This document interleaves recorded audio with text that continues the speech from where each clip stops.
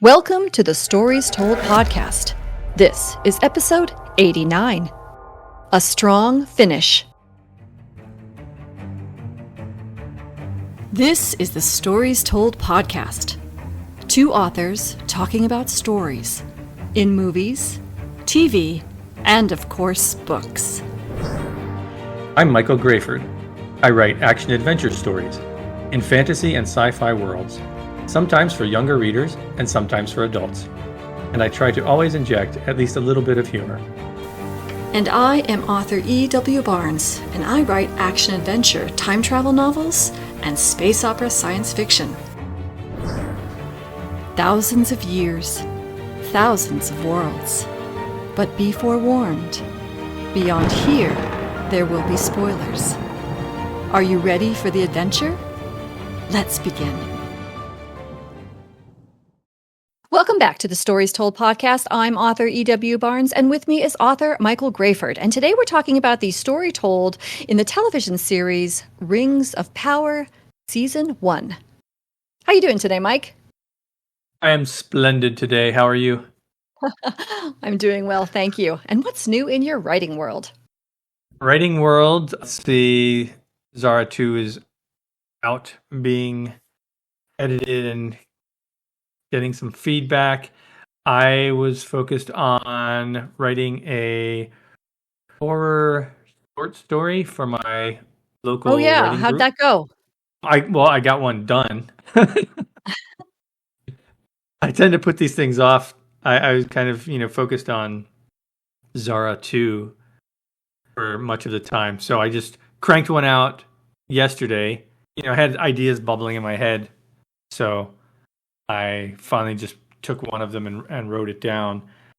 I try to make mine pretty short. I don't write like a 10,000 word short story. It's just way too much, especially for this particular exercise with the writing group. Because if we get 5 or 10 people submitting works, you don't want to read a novel's length worth of material for one meeting. So I try to keep mine to like 1,000 to 2,000 words, which is, I think this one was just over 1,000, so it's pretty short.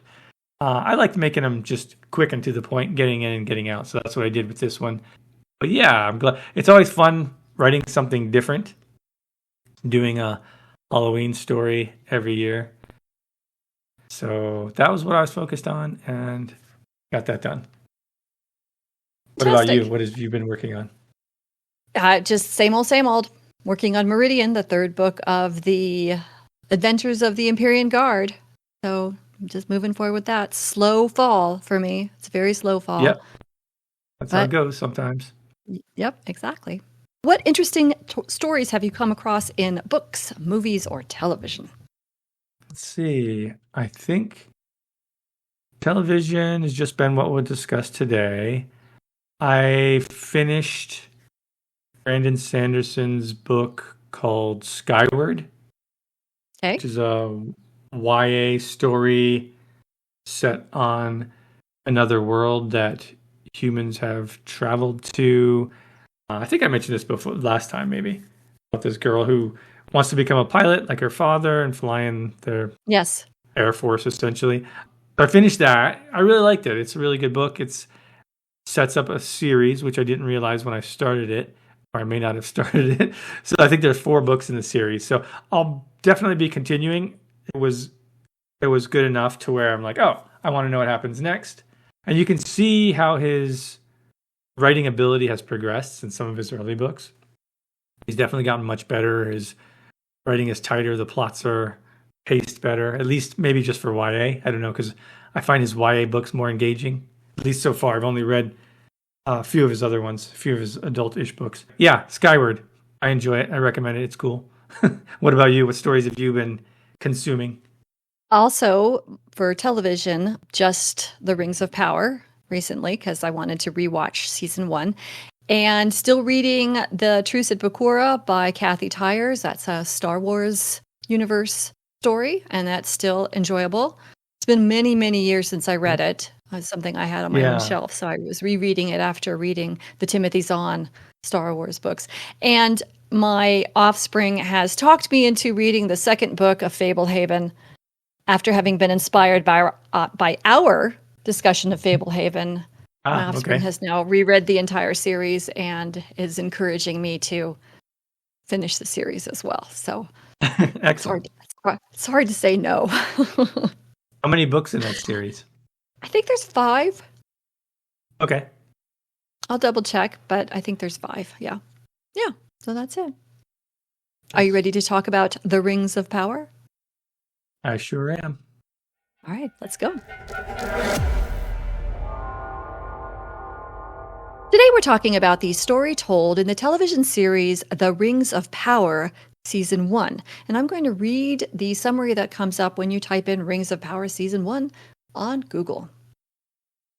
This epic drama is set thousands of years before the events of J.R.R. Tolkien's The Hobbit and The Lord of the Rings, and takes viewers back to an era in which great powers were forged, kingdoms rose to glory and fell to ruin, unlikely heroes were tested, hope hung by the finest of threads, and the greatest villain that ever flowed from Tolkien's pen threatened to cover all the world in darkness.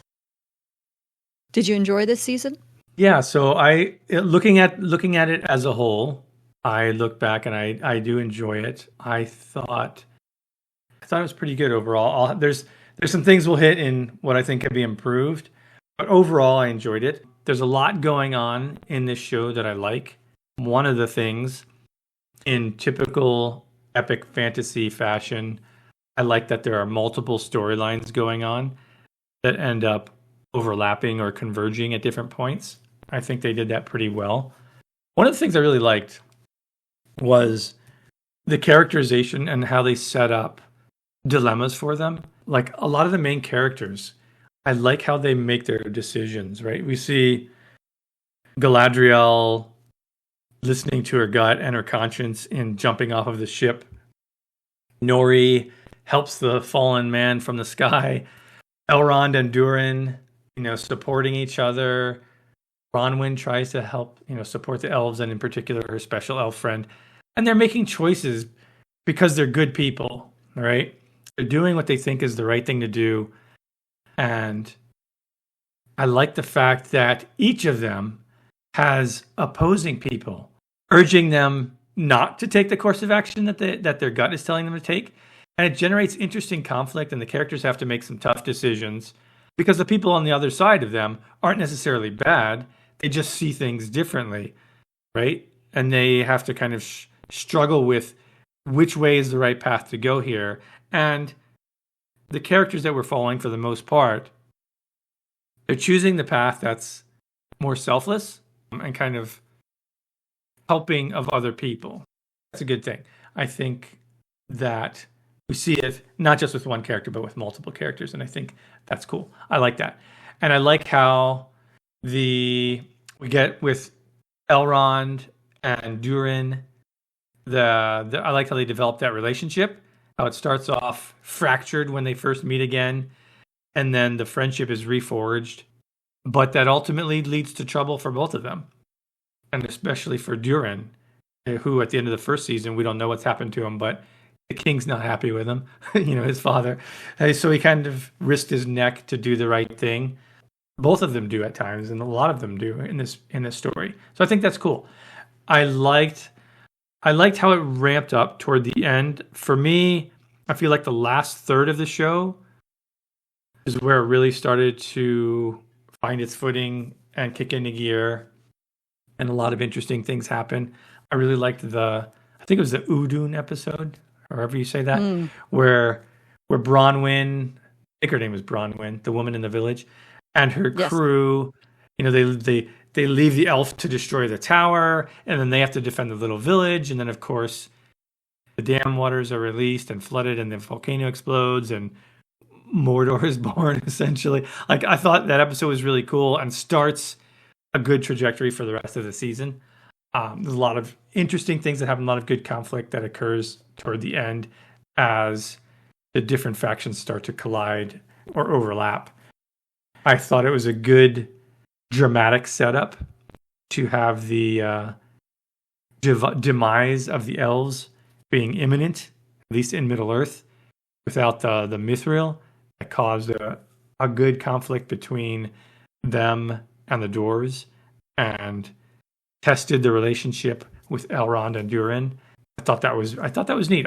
I'm saying all this. I don't know what the original story is that Tolkien wrote, so this could be completely irrelevant to his stories and the appendices and the Silmarillion and all the other stories that he made outside of the Lord of the Rings.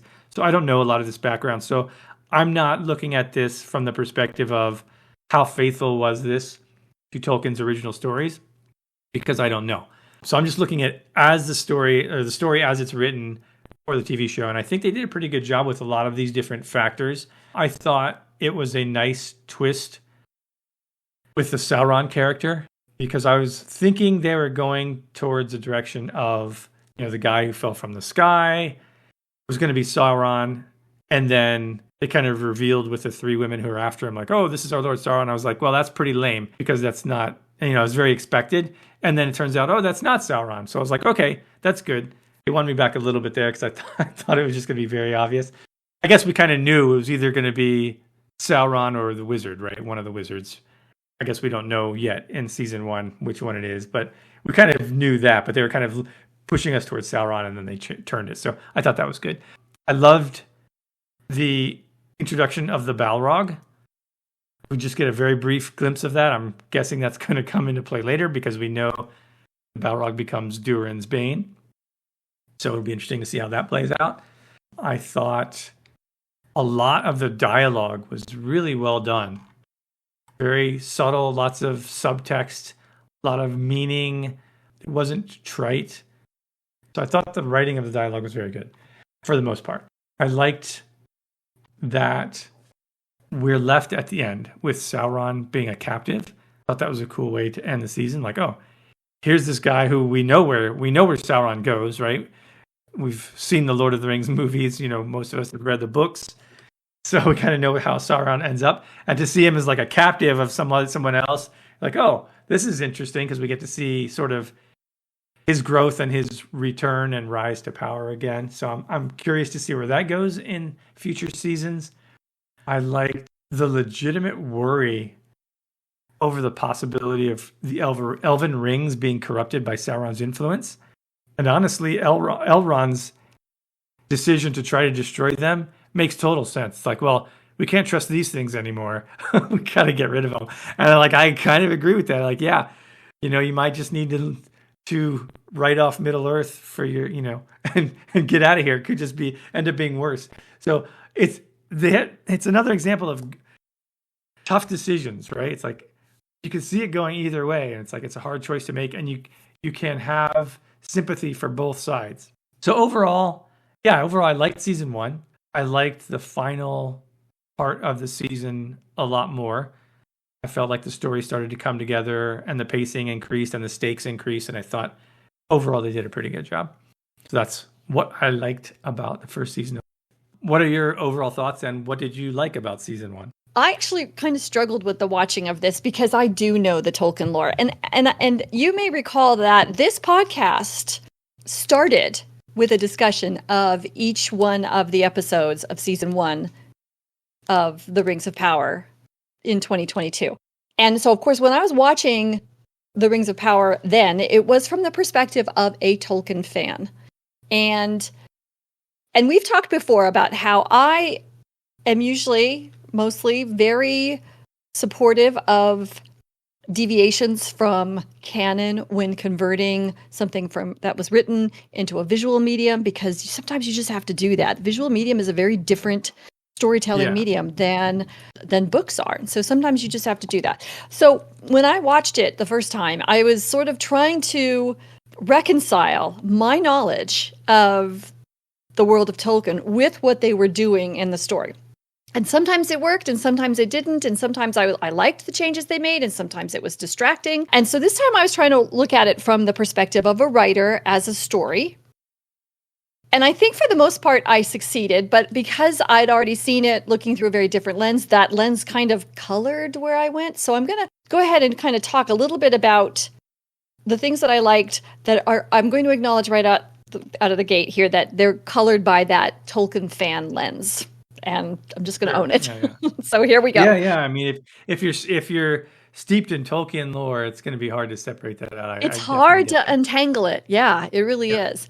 So the things that I liked, when you see The Lord of the Rings and you read The Lord of the Rings, Galadriel is this unbelievably aloof character in a lot of ways. She is just so far above the hobbits, who that's where we're following in these stories, with her power and her knowledge and the fact that she comes from the Undying Lands, which gives her, a very different place in sort of the whole, I don't want to say hierarchy, but just sort of the character universe from the hobbits. I mean, she's just so different from them that makes her seem kind of aloof, kind of mysterious.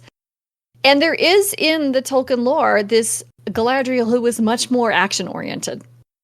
And she left the Undying Lands because she wanted to rule a realm of her own. So she had ambitions. And I love the fact that they brought this character in and gave her ambition. Now, they tied that ambition up with revenge, which I think was also kind of cool. And I don't think, that particular character development piece was too out of line from Tolkien, and there may be people who disagree, and I understand that. And if you have other perspectives, you feel free to leave comments on the YouTube channel because we'd love to see those. But it didn't feel too out of line based on the whole sort of global understanding I had of the character, which, by the way, isn't very much because, there's just not that much in the Tolkien lore about her as far as like her personality and all the things that she did when she was younger. So anyway, I loved how they made her incredibly dynamic as compared to the character that you saw in The Lord of the Rings. And the same goes with some of the other characters that we have heard of but never really met. Elendil and Queen Muriel. And these people are really dynamic, and I love it. I think it's just so cool. And Celebrimbor, he is phenomenal. We only get to see him in a couple of episodes in season 1, but he is indelible, even in those couple of episodes. He's actually, I think, a little bit more, I don't know, just sort of more dynamic, I'm going to use that word again, than even Gil-galad, who's like the High King, right? And who is a good warrior in and of himself in the canon, in the series. Celebrimbor stands out more. I love the relationships that are developed, and I think that's probably my favorite thing in this, is all these relationships that are being built. Elrond and Doran are probably the best. Doran and Disa, love them so much. Yeah. I like Elrond and Galadriel because Elrond and Galadriel were close colleagues, close friends in the Lord of the Rings stories. But here we see the beginnings of that friendship and how that friendship was forged. And I think that was really cool. And I also really like this relationship that they created between Galadriel and Halbrand. And some people really objected to the hints, the romantic hints that were in place here. But I don't object to that, even though canon-wise, Galadriel knew where her husband was with her husband this whole time. So that piece of it was very much sort of made up for the series. But it was okay for me because Sauron is truly evil. And a truly evil person is going to use any means necessary to manipulate in any way possible to get what he wants. And so a romantic manipulation is totally not out of the realm of possibility as far as I'm concerned. So I enjoyed that from the standpoint of, wow, this creature will sink to the lowest of lowest depths in order to get what he wants. I thought that was cool. And having seen season 2, I think it works through the lens of season 2 even better. Mm. I loved how they spent some time on the beauty of the world. There were some scenes that I thought were just magnificent. There was a scene of Galadriel riding a horse. It was completely unnecessary for the story. It kind of ruined the pacing of the story, which we can talk about a little bit more, but it was beautiful. And I appreciated the beauty. There was a scene where Bronwyn and her son Theo and Arondir, the elf, were fleeing the orcs, and they were running out of a forest as the sun was rising. And the sun was going to save them from the orcs because the orcs can't be exposed to sunlight.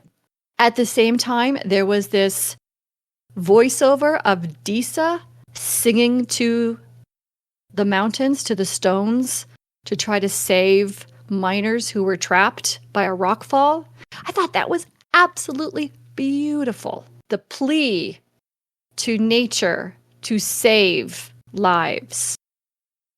Whether it was the sun saving the trio running from the orcs, or whether it was the mountain saving the dwarven miners who were trapped. I thought that's such a beautiful scene. So there was scenes like that really just, when they slowed down and took a moment to just focus on the characters, that's when this series really shone, at these little intimate moments. And I realize running from a forest doesn't feel little and doesn't feel intimate, but it's still just 3 people in this whole big world of problems happening, trying to be safe. Yeah. It is an intimate scene, even though there's grandeur related to it, the largeness of the forest, the grandeur of the sun rising, the conversations with Doran and Elrond, the conversations with Doran and Disa, the conversations with Galadriel and Elrond. I think that's when it really shone. Yeah, there's a lot that I think is enjoyable about this. And having seen season 2 and knowing that they actually did better in season 2, spoiler alert, it made season 1 work more for me. Interesting. I don't know, does that make sense? Yeah, no, it does. Yeah, I'm definitely curious to hop into season 2. Yeah, like I said, I there's a lot here to like, and a huge part of this for me is it's so nice just to see well-produced fantasy stories, because often we get stuff that's, they're just kind of halfway doing it. Like, well, this thing was popular, let's just crank something out and see what we get, especially for TV, right? So it's nice to see something done with high production values and taking it seriously and getting good acting and good writing and all this stuff and have it come together. Like I said, I'm not looking at this from a Tolkien perspective. So it could be just a travesty, with respect to the source material. I don't know that. But that aside, I'm enjoying it. Especially by the end. I was totally into it by the end of it. I thought they did a really good job. I thought things come together and it starts really rolling. And I'm very much looking forward to season 2. What might you have changed as a writer? See, the biggest thing for me, I think, was the pacing of the first part of the season. Some of the episodes, almost all of the episodes early on felt longer than they needed to be and a bit unfocused. It seemed like a lot of just laying the groundwork, setting things up, which, you have to do. You can't assume that people know who these characters are. So I think they did a good job of that. I think it just was maybe a little bit longer than it needed to be. So I would have tightened up some of those early episodes, maybe given the characters some clearer goals that they were actively working toward, with obstacles that were thrown up in front of them a little bit more dramatically. It felt a little bit muted at the beginning of the season, and I felt it kind of ramped up as it went, which, that part is appropriate. I just a little bit more tension early on, a little bit more conflict. And by conflict, I don't necessarily mean battle, but obstacles that the characters have to overcome in trying to attain their goals. So that's probably the biggest thing. A specific thing that I saw that really stood out to me as I was watching, when the villagers are defending, Bronwyn and her crew are defending their little town. It's hardly even a town, a handful of buildings, whatever it was, against, the orcs. And the Númenóreans come to their aid. That just seemed so convenient. Like, the Númenóreans sail across this great sea, they land, and they immediately just run to this one village that just was not remotely believable. I would have had at least have the Númenóreans speak with someone, or have someone run and say, hey, these people need help, and then they rush over there. It just didn't make any sense. Like, you just come across this land, you have no idea where you're at, and you're just all of a sudden charging horses to attack. Maybe they saw fires in the distance and the sounds about something. There was just no indication that they should know why they had to run to this particular location, unless I missed that completely, which is possible. You did not. Maybe you can clear me up. Okay. All right. So that's one thing I would have addressed, and maybe it was something that got edited out of the episode. I don't know. It seems like that's probably the case because it was so glaring. Yeah. So those are the two things. I'm sure there's a lot more, but I was just kind of enjoying watching it after that point. What about you? What you have a lot more critique because you've read the source material and are much more of a fan of the works outside of the Lord of the Rings core story. So what would you improve? It's funny because I had almost exact same notes, pacing and goals. I don't think that the characters, like you said, the characters' goals were not very clear from the outset. I think that would have helped a lot. And I think you're right. The pacing is very inconsistent. One moment you're slow-mowing a horseback ride down the beach, and the next minute you're rushing a battle in a village. But I think, to me, based on, your comment about how I am a fan of the source material, I have read the Silmarillion, I have read other works of Tolkien's, and I think for me, I would have appreciated it if they had picked an approach, because I think part of the problem here, and I may have said this in the previous podcast discussions of the season 1, the biggest problem I think they had here is they were trying to split the baby. They were trying to remain true to Tolkien's lore, but then also create their own stuff. And I think they just needed to pick a path and stick with it. And because they were like, okay, we're going to stick with that because that's true to the canon, but we're going to deviate from that because we want to have, more drama. I think that's what led to the sort of inconsistent pacing. It was inconsistent focus, in my opinion. And I think that if they had just said, okay, we're just going to do it our way. We're going to have this framework that's within the canon, but inside that framework, this is all we're going to do. I think that would have really helped. And instead, they really, I don't know, they just sort of felt like, I'm going to try to find the right words here. Let's take the Harfoots, for example. They're clearly, the Hobbit precursors, right? Yeah. Now, in the lore, they were not involved in this time frame. They just were not part of this story in the canon. And they spend an awful lot of time convincing us that they were Hobbit-like. I mean, a lot of time.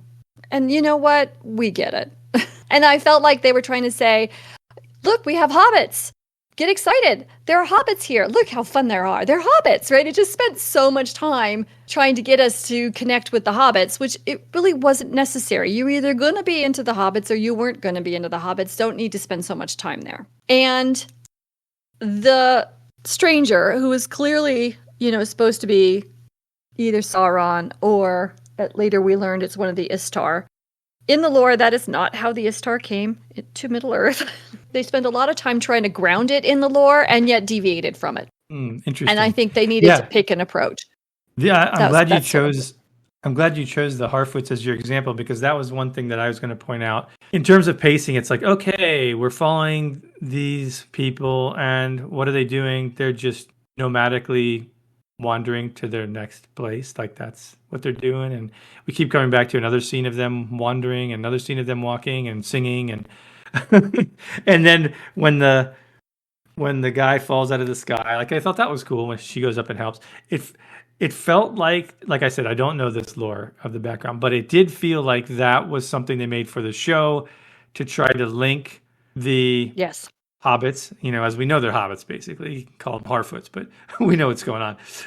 To link the hobbits to this larger world, and then later when we find out, okay, this is actually an Istar wizard, then it's like, okay, we established a connection that we see later when Gandalf comes to visit the hobbits and recruits Bilbo. It seems like they're setting up like Nori is sort of the ancestor of Bilbo's, like she's the adventurous version of the Hobbit, right? Most of them are just happy doing their little thing. That's what it felt like. I don't know if that's where they're going with it, but it felt like that's what their intention was. And you know what, honestly, except that that's what impacted the pacing. Yes. And I think they could have spent that time would have been better spent on the political issues in Numenor. Yeah.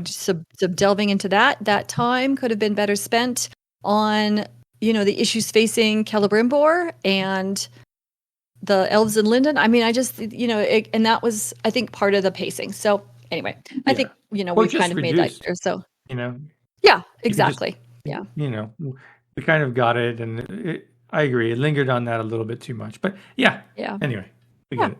So did you come up with any themes from season 1 of The Rings of Power? I came up with one. I think there's more than one because there's a lot of different threads going on and characters doing different things.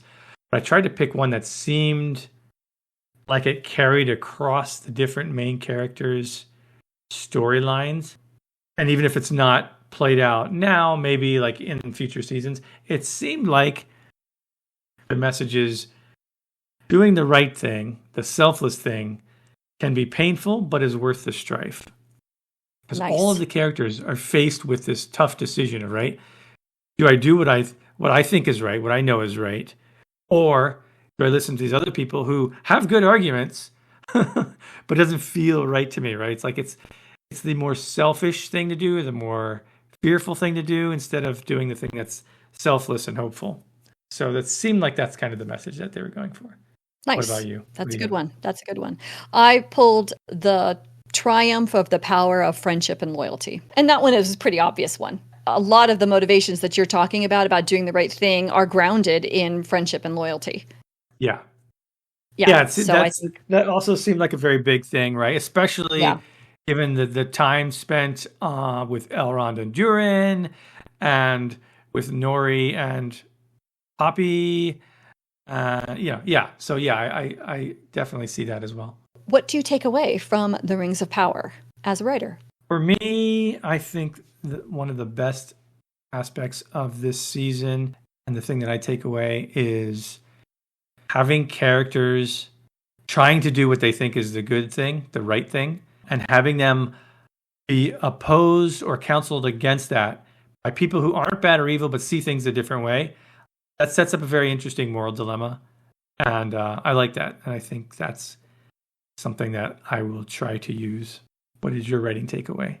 My writing takeaway goes towards the pacing and the goals conversation that we had. And that is that I think serves the story better to ground your characters and those decisions that they're making and the conflict that they're receiving related to that decision making that you mentioned in a way that clearly outlines their goals in an efficient way that keeps the pacing moving forward. Yeah, that's very good. Thank you for joining us as we talked about the story told in the television series, The Rings of Power, Season 1. A big thank you to our Patreon supporters and all our subscribers. We're so grateful for your support and your encouragement. The Stories Told podcast is available on multiple podcast platforms, and we thank you for liking and subscribing or following, depending on where you're listening. It may not be a big deal to you, but it means a lot to us. If you have a favorite book, movie, or TV series you'd like to suggest for the podcast, leave a comment on the YouTube channel, and that link is in the show notes. You can find Michael Grayford at michaelgrayford.com and E.W. Barnes at 1000years.com, and those links are also in the show notes. Join us next time as we discuss the story told in The Rings of Power Season 2. Thanks so much, Mike. This was a lot of fun. Yeah, I enjoyed this. I'm looking forward to next week. And we'll see you next time on the Stories Told podcast.